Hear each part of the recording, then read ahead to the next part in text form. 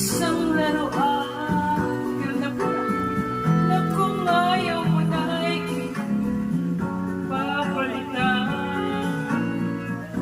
Matapos ang kinig, pag-ibig ko na nga, iniwan mo ngayon sa luha. Pangako, walang natupad.